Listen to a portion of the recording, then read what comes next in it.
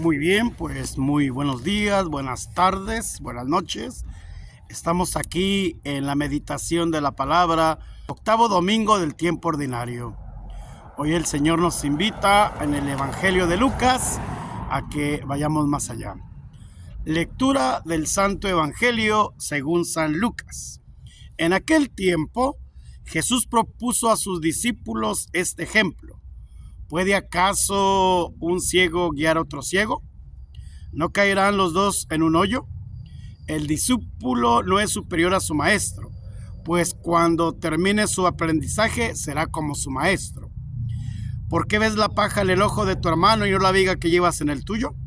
¿Cómo te atreves a decirle a tu hermano, déjame quitarte la paja que llevas en el ojo, si no adviertes la viga que llevas en el tuyo? Hipócrita, saca primero la viga que llevas en tu ojo y entonces podrás ver para sacar la paja del ojo de tu hermano. No hay árbol bueno que produzca frutos malos, ni árbol malo que produzca frutos buenos. Cada árbol se conoce por sus frutos. No se recogen higos de las zarzas, ni se cortan uvas de los espinos. El hombre bueno dice cosas buenas porque el bien está en su corazón. Y el hombre malo dice cosas malas porque el mal está en su corazón. Pues la boca habla de lo que está lleno el corazón. Palabra del Señor.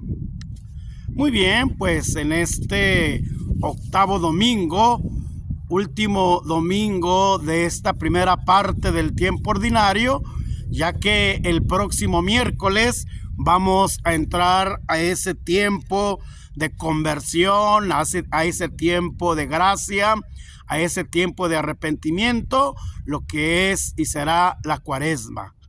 Se comienza con el ritual de la ceniza y antes de que terminemos esta meditación, vamos a hablar un poco sobre este gran contenido sobre la Cuaresma.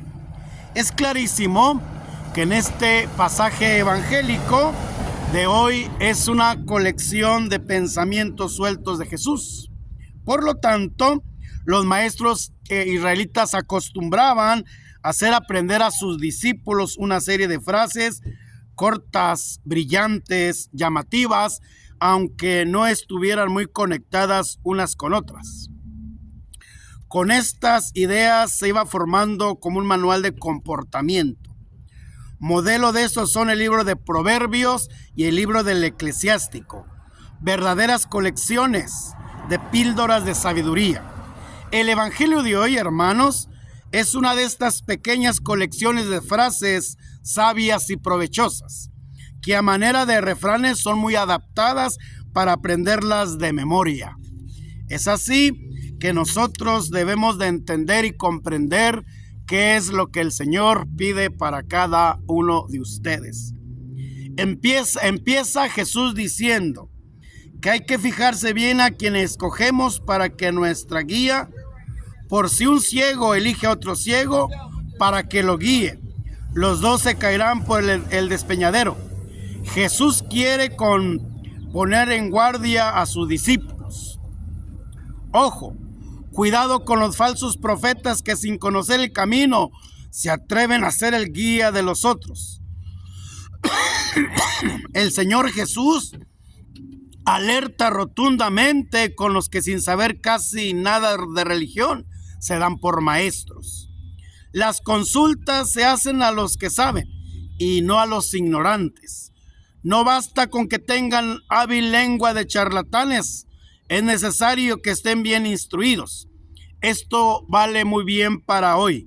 ¿Cuántos tantos profetas andan por todas partes declarándose guías espirituales de los demás, sin saber de ellos mismos nada en religión? Eso es fatal. Yo diría peligrosísimo, porque muchas veces vamos con cosas que no son de acuerdo al Evangelio de Jesucristo nuestro Señor. ¿Cuántas personas pierden la fe y hasta llegan a enloquecerse por ir a consultar a mentalistas, espiritistas, brujos, leedores de naipes o de humo de cigarro o a fabricantes de horóscopos. Se dejaron guiar por guías ciegos y estos los llevaron al abismo de la incredulidad y de la desesperación. Yo siempre he dicho, entonces, ¿dónde está nuestra fe? ¿Dónde está nuestra confianza? En el gran maestro. El gran maestro nos enseña, el gran maestro nos instruye, el gran maestro nos lleva a que nosotros sigamos más adelante y compartamos la alegría del evangelio. El evangelio es para cada uno de nosotros. Por eso en estas meditaciones que hago cada domingo es para que entendamos y comprendamos que la palabra de Dios es viva y eficaz para cada uno de nosotros. Por eso hay que instruirnos, hay que tener esa fe, esa esperanza, esa caridad para seguir adelante en la gran misión a la cual nuestro Señor Jesucristo nos lleva adelante. Otros han ido a consultar a psiquiatras o ateos o a médicos materialistas y esto les han dado como solución a sus problemas el dedicarse a los vicios o al amor libre, el practicar el aborto, etc. Y los hacen caer al abismo del pecado donde su vida se les vuelve un infierno. Dime a quién consultas y te diré a dónde llegarás. Una frase muy importante. Dime a quién consultas y te diré a dónde llegarás. Nosotros como guías espirituales, como sacerdotes, tenemos que tener esa conciencia clara a quién vamos acompañando y cómo vamos acompañando en este camino constante de la vida. Por eso es importante que nosotros le pidamos al Espíritu Santo que nos ilumine para seguir en esta sintonía de Dios. ¿Qué paz y sabiduría obtienen a quienes saben consultar a santos sacerdotes y a sabios religiosos? En ellos se cumple la promesa del libro de los Proverbios.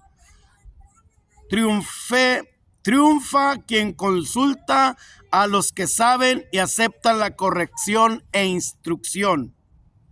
El discípulo no es más que su maestro. Nosotros tenemos que estar a los pies del gran maestro porque a través de la palabra, a través de los conocimientos, a través de estar con Jesucristo nuestro Señor, tenemos entendimiento, tenemos comprensión y asimilamos claramente la palabra de Dios. En el orden natural, es posible que un discípulo logre aventajar a su maestro. Por ejemplo, Picasso y Beethoven superaron ampliamente a su maestro. Pero en el orden sobrenatural, cuando un discípulo cristiano puede decir que ha concluido su formación, se dará cuenta de que apenas se asemeja a su maestro, Jesús. Es lo que dice San Pablo con estas palabras sublimes. Dios nos predestinó a reproducir la imagen de su Hijo. Solo cuando nos asemejamos bastante a Jesús nuestro Maestro, podemos decir que somos buenos cristianos, verdaderos discípulos suyos. Cuanto más nos asemejamos en nuestro modo de pensar, obrar y hablar a nuestro divino Maestro, tantos mejores discípulos suyos seremos. Pues ahí está la grande respuesta a la cual nosotros tenemos que dejarnos guiar, dejarnos instruir, dejarnos moldear claramente.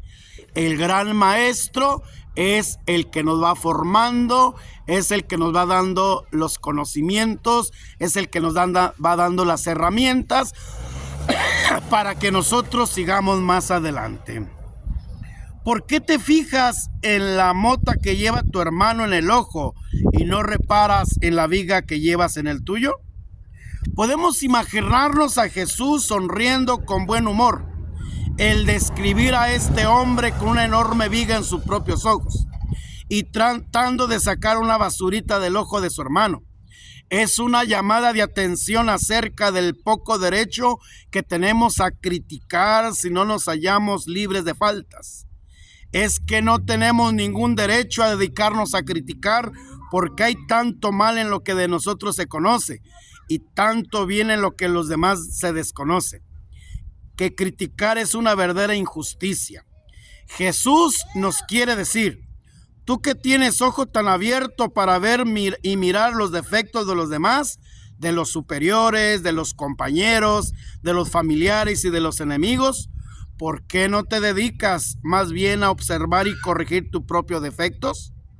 Eso sí que te producirá buen resultado, pero la crítica de nada te sirve. La palabra hipócritas en el idioma de la Biblia significa enmascarado, disfrazado de bueno, siendo malo. Lobo con oveja, con piel de oveja, que finge ser lo que no es. En el idioma griego se llamaba hipócrita al actor que en el teatro se disfraza y con máscaras aparecía otro personaje muy distinto a lo que era. De ahí se le dio el nombre de hipócrita a la persona que oculta la realidad tras una máscara de apariencia. Jesús empleó 15 veces esta palabra para censurar a los que aparecen buenos siendo malos. Aquí, hermanos, tenemos que notar que esta palabra no se hizo únicamente para otros. Ciertamente es a mí a quien Jesús dice que soy un hipócrita cuando critico a los demás. Cuánto más agradable sería la vida si en vez de emplear nuestro tiempo en observar y comentar lo mal que se portan los prójimos, nos dedicáramos a enjuiciar nuestro propio proceder y a tratar de mejorar nuestro comportamiento. Y yo creo que aquí comenzamos en este tiempo importante de Cuaresma a hacer un alto, a hacer una revisión en nuestra propia vida. Y el hacer una revisión en nuestra propia vida es un ejercicio espiritual muy evangélico, muy cristiano. Consiste en considerar las propias atenciones, revisar cómo actuamos, cómo pensamos y cómo hablamos, y de qué manera cumplimos los propios compromisos y los deberes de nuestro estado. No importa si eres religioso, eres religiosa, eres sacerdote, eres misionero, eres laico. Lo importante es que nosotros nos detengamos a vivir plenamente el Evangelio de Jesucristo nuestro Señor.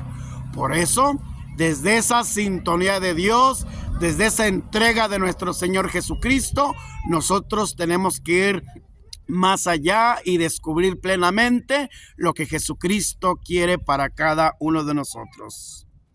Sería una horrenda caricatura de la revisión de vida el dedicar nuestro tiempo a examinar y criticar los defectos y actuaciones de los demás. Señor, haz que yo vea bien claro mis propios defectos y así, teniendo clarificada mi vista, pueda ayudar a los otros a corregir los suyos. Recuerdo grandes santos, una frase muy importante: antes de salvar almas, me tengo que salvar yo mismo. Por eso desde ahí descubramos, hermanos, lo que el Señor nos invita en este domingo, octavo domingo del tiempo ordinario. Es importantísimo que nosotros busquemos la paz, busquemos la caridad, busquemos el bien a los demás. Entre más nos damos, entre más nos entregamos, el Señor nos va a llenar a vaso rebosante. Por eso, ¿será que hay que ser perfecto para corregir a los demás? No es necesario ser perfecto para poder corregir a los demás. No podemos ser perros mudos que nunca protestan por nada, porque ello nos llevaría a ser alcahuetes de muchos errores. Pero al recordar las vigas que hay en nuestro proceder, tendremos que ser más comprensivos con las motas del proceder del hermano. Hermano, palabra repetida 4 veces en los 8 renglones del Evangelio de hoy.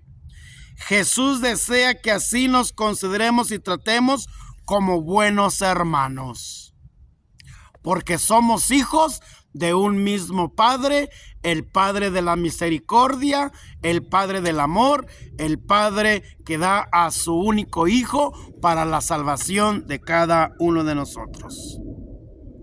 Si consideramos como basurita lo que en realidad son basuritas, no andaremos condenando al prójimo como si en verdad lo que en sus ojos hay fueran vigas. Tendremos que corregir muchas veces si es necesario llamar la atención a otros acerca de sus faltas y de sus errores, y eso es verdadera caridad cristiana. Nosotros tenemos que cumplir rectamente, hacer la caridad de la verdad. A eso estamos llamados. Pero consideramos antes nuestras propias deficiencias. Nuestro tono al corregir y al llamar la atención sería más modesto y nuestro comportamiento mucho más comprensivo, con lo cual obtendremos mejor éxito al corregir. Quien tiene casa de vidrio debe de pensar muy bien antes de lanzarle piedras al vecino. No hay árbol sano que dé fruto dañado, ni árbol dañado que dé fruto sano. Cada árbol se conoce por su fruto. Jesús nos quiere recordar que a una persona no se le puede juzgar sino por sus obras, por sus hechos. Nadie crea que llegará muy lejos escondiendo lo que piensa y lo que desea y ama, cubriéndolo todo con el disfraz de la hipocresía. Si lo íntimo no corresponde a lo exterior, tarde o temprano se descubrirá. El punto débil de la hipocresía es lo malo que hay por dentro y se va manifestando por fuera con obras y palabras. Cuando en lo interior de la casa hay un incendio, es imposible que desde afuera no se vea el humo, decía San Francisco de Sales. La enseñanza de Jesús es clara y sin metáforas. Suena así: la calidad del discípulo se conoce por el modo como obra, por la manera como se comporta. No son tus maravillosas declaraciones las que te hacen bueno, sino tus correctas actuaciones, decía su santidad Pablo VI. El que es bueno, de la bondad que atesora en su corazón, saca el bien, y el que es malo, de la maldad saca el mal, porque lo que rebosa del corazón lo habla la boca. ¿Cómo se asemeja esta aservación de Jesús a la primera lectura de hoy? Jesús nos recuerda que las palabras que salen de nuestros labios son productos de lo que sentimos en el corazón. Nuestra conversación siempre nos delata.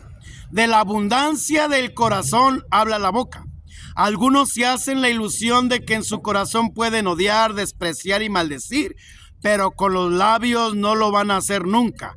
Y cuando menos se imaginan, resultan diciendo palabras de odio, de crítica, de desprecio y de maldición. Es que no es verdad que podemos pensar como se nos da la gana y que después seguiremos obrando y hablando bien. Como pensemos, así hablaremos y así actuaremos. Del árbol malo no salen frutos buenos. Esto es muy importante.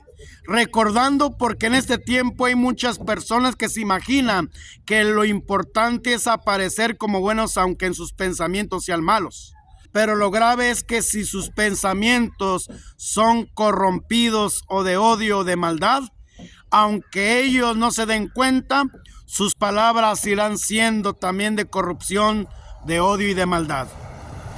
Lo que rebosa del corazón lo habla la boca. La palabra es el fruto del corazón. No solo hemos de evitar el hacer mal uso de la lengua y de la palabra, sino que debemos esforzarnos porque nuestras palabras contribuyen siempre a la mayor gloria de Dios y a la alegría y progreso del prójimo. Para ello hemos de cultivar en nuestro corazón los mejores y más nobles sentimientos, para que toda palabra que salga de nuestros labios lleve alegría y paz. Hemos de soltar la lengua para manifestar a los demás el amor y aprecio que les tenemos, y no dejar ese cariño y ese aprecio encerrado en nuestro corazón. Por eso, hermanos, es importante en este tiempo que comenzamos de Cuaresma, el próximo miércoles, es importante que nos demos cuenta cómo el Señor nos va llevando a ser concretamente entregados al Evangelio de Jesucristo nuestro Señor. Hoy estamos en ese profundo conocimiento, en esa profunda entrega, y ante todo, el miércoles, que es miércoles de ceniza, entramos a la etapa de la conversión, del arrepentimiento. Permitámosle al Señor Jesús que nos dé la valentía para seguir adelante. Permitámosle a Jesús que tome nuestro corazón, tome nuestra mente, tome nuestro ser, para que a través de la Cuaresma, que son 40 días de ayuno, 40 días de oración, 40 días de limosna, el Señor nos transforme y vayamos cambiando de ruta para ser mejores. La Cuaresma, en la Iglesia Católica, la Cuaresma indica el periodo litúrgico de 40 días en preparación a la Pascua, e inicia con el miércoles de ceniza. Es uno de los tiempos fuertes del año litúrgico, resultado de su riqueza bíblica, espiritual y simbólica. La Cuaresma es una síntesis de un triple itinerario: preparación de los catecúmenos al bautismo, penitencia pública, preparación comunitaria para la Pascua. La Cuaresma simboliza el recuerdo de la cuarentena de días que el Señor quiso cumplir, como dice San Agustín, para aleccionarnos para la victoria, impulsado por el Espíritu en el desierto y tentado por Satanás. Durante toda la Cuaresma, los cristianos son llamados a reforzar su fe y a purificar su espíritu mediante diversos actos de caridad, oración, penitencia y reflexión.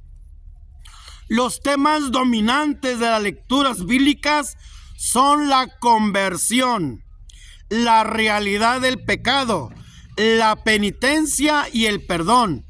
Por eso también en la misa no se canta el gloria ni el aleluya, y el color litúrgico es el morado.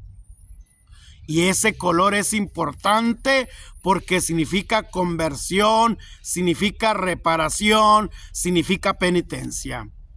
Y recordemos que en este miércoles de ceniza que comenzamos, claramente el sacerdote, el ministro, el diácono nos va a poner un sello aquí en nuestra frente con la ceniza. Y las palabras que puede decir el sacerdote, el diácono, el ministro, puede decir: arrepiéntete, cree en el Evangelio, o polvo eres y en polvo te vas a convertir. Un poco de historia. Desde fines del siglo II existen evidencias de prácticas cuaresmales como el ayuno como preparación a la Pascua.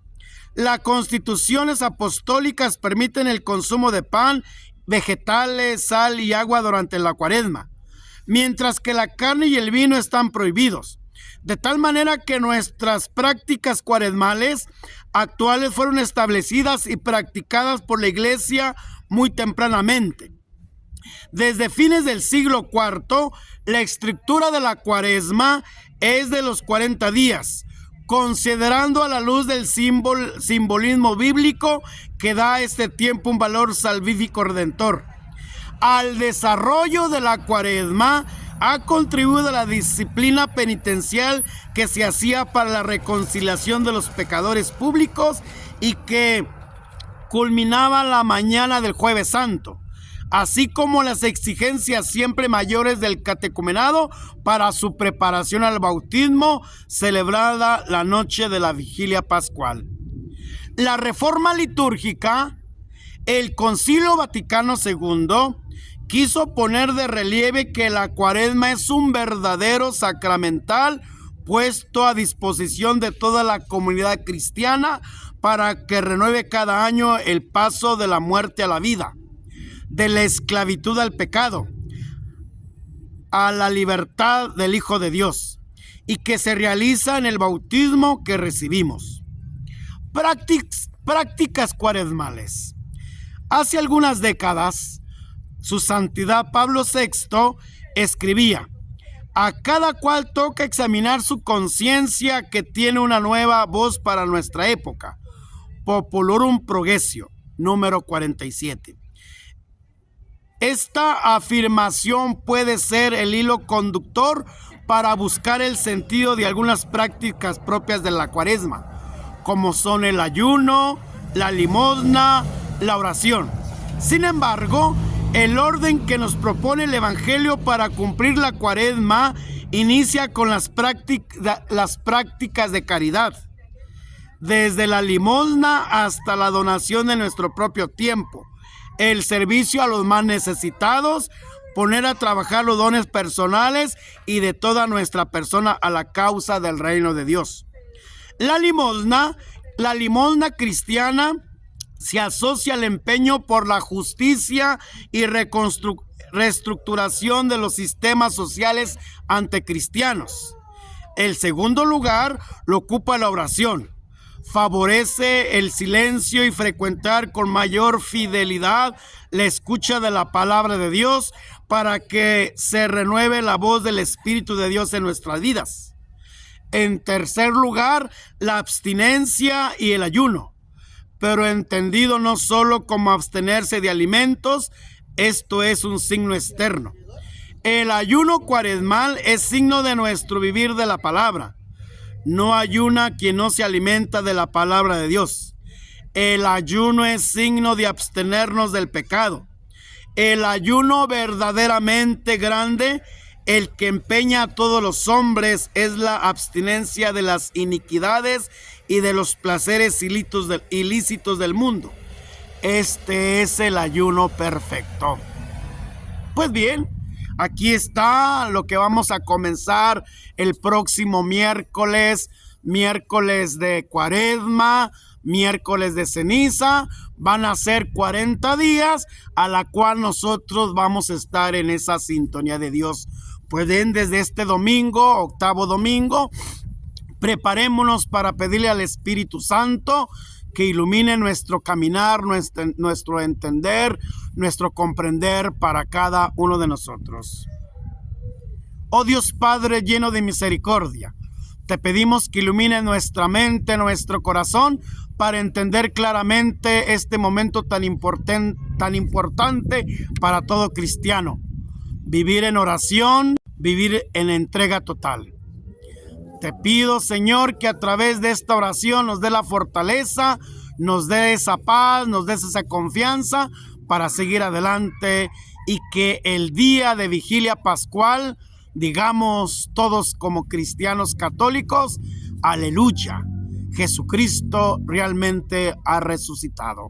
Pues ánimo a cada uno de ustedes, preparémonos para este gran tiempo litúrgico tan importante para toda la iglesia, para todo el mundo. Que el Señor haga maravillas en cada uno de nosotros y sigamos anunciando el Evangelio de Jesucristo nuestro Señor a todos los rincones del mundo. Y como dice San Pablo, ay de mí si no evangelizara. Por lo tanto, en el Evangelio tenemos que vivificar, tenemos que entender, meditar que Jesucristo se hace presente para cada uno de nosotros. Pues bien, una vez más les pido den like, suscríbanse a mi canal, compartan para hacer más, y que la bendición de Dios Padre, de Dios Hijo y de Dios Espíritu Santo permanezca en cada uno de ustedes. Bendiciones, nos vemos hasta el próximo video. Su amigo, autor y escritor Pablo de Tarso.